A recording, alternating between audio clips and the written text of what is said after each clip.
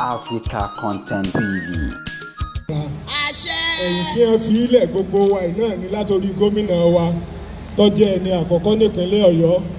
Àwọn làrẹ̀mọ ọba lónìí, Olódùmarè yóò jẹ́ kí ẹ ṣàṣeyọrí. Gbogbo wa àtònílé àtàlejò tí ẹ wá bá wa kẹ́yẹ adúpẹ́ lọ́wọ́ yín.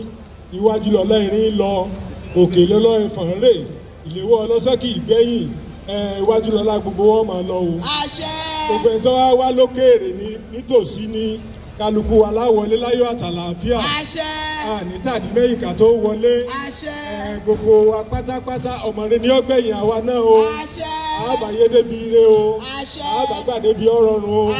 Ìbánisẹ̀ǹsẹ̀ ìtọ́jú òwò ṣe nìbéèrè. Tí wọ́n bá ń gbẹ́dọ̀ lójú tí wọ́n ń gbẹ́dọ̀ lẹ́rùn, omi àtàṣeyàn lójú, omi àtàṣeyàn lẹ́nu.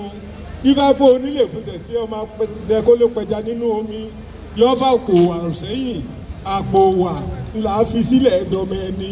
Báyìí kú omi mọ̀, ẹ fi rere sọmọ mi ò lẹ́yìn wà, ẹ fi rere ilé wọn ò ní bàjẹ́, ilẹ̀ Ìbàdàn ò ní bàjẹ́, ìpínlẹ̀ Ọ̀yọ́ ò ní bàjẹ́, gbogbo òṣìṣẹ́ ìjọba ọkọ̀ ọba àdáàbọ̀ òní sáwọn lẹ́sẹ̀, oníṣẹ́ ọwọ́ òrìṣe, àwọn àgbẹ̀ òròkó bọ́dúndé, àwọn àyàn náà ò ní sílù, àṣepé oore Olódùmarè ó ṣe fún wa o, ẹ̀làbọ̀rú, ẹ̀làbọ̀yè, ẹ̀làbọ̀ ṣiṣẹ́.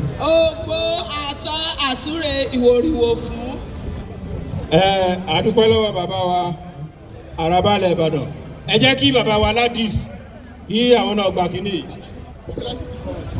Pásítọ̀ Àkànmú. Ẹ jẹ́ kí a gbàdúrà.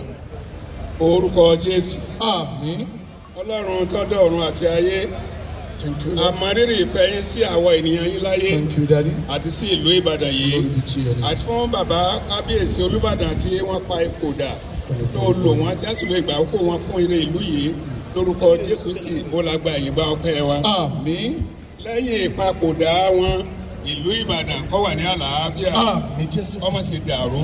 Àmín. Agboolé wọn ìṣọ́ra kò ní wọ̀. Àmín Kristi. Gómìnà wa ní ìpínlẹ̀ Ọ̀yọ́ ọ̀làwọn bá ní tiwọn lẹ́yìn. Àmín Kristi. Máa kọ́ wọn màá ṣe. Àmín Kristi. Gbogbo ètò tó kó fún òní lórúkọ Jésù Ọlọ́run gba àkóso. Àmín Kristi. Àwọn arìnrìn-àjò gbó nígbà tó ní kálukú ọmọ padà lọ sí èbúté ìfẹ́ wọn kó la sàmọ̀nà wọn. Àmín. Àkọsílẹ̀ ibi kan fún ètò tí òní ọ̀làmọ̀jẹ̀wò sí. Àmín Kristi. Ọlọ́run aláàbò ó lásàlà àbò. Àmín. Àlàáfíà bàbá ọmọ àtẹ̀mọ́ kọ́pa àbò wa mọ́. Àmín. Ó sì máa bá wa gbé. Àmín. Láé àti láéláé. Àmín.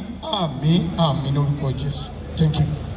Ẹ ṣeun, ẹ bá mi fún bàbá wa Ládìs tí wọ́n wá aṣojú fún bàbá wa Chief Imam Àgbàlẹ̀ Ìbàdàn àti olórí gbogbo àwọn imam nípínlẹ̀ Ọ̀yọ́ káfàtà. Bismillahirrahmanirrahim.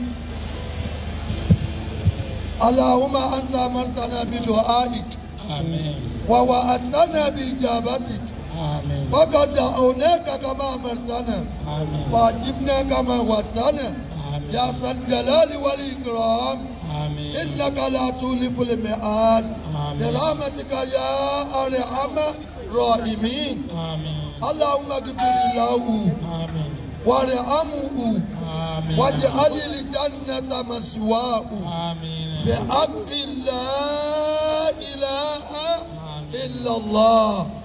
Bàbá wa tí a ń ṣe àdúrà fún ní òní, àwọn náà ni Olúbàdàn wa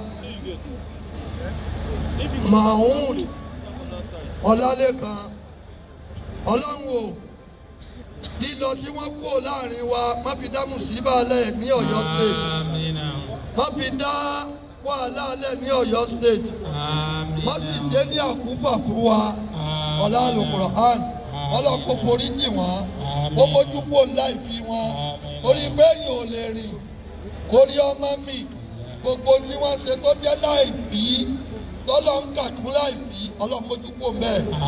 Bàbá wa ọ̀gá wa Olúṣèyí ẹnjìníà Mákindé tí wọ́n wá ṣètò gbogbo èyí tí wọ́n ṣe yìí, Ọlọ́run bá ní kún wọn o. Jẹ́ kẹ́mi wọ́n gùn. Wọ́n fún wọn ní ìnira ṣe.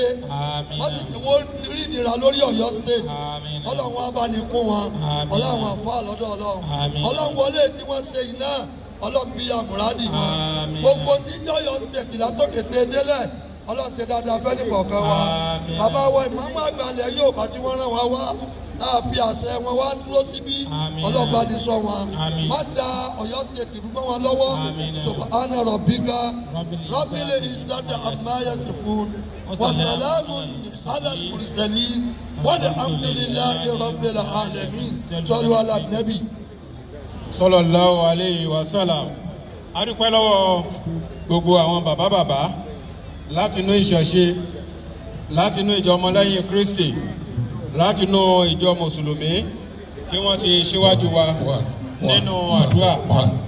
Ní báyìí Dayọ̀ ń bolẹ̀.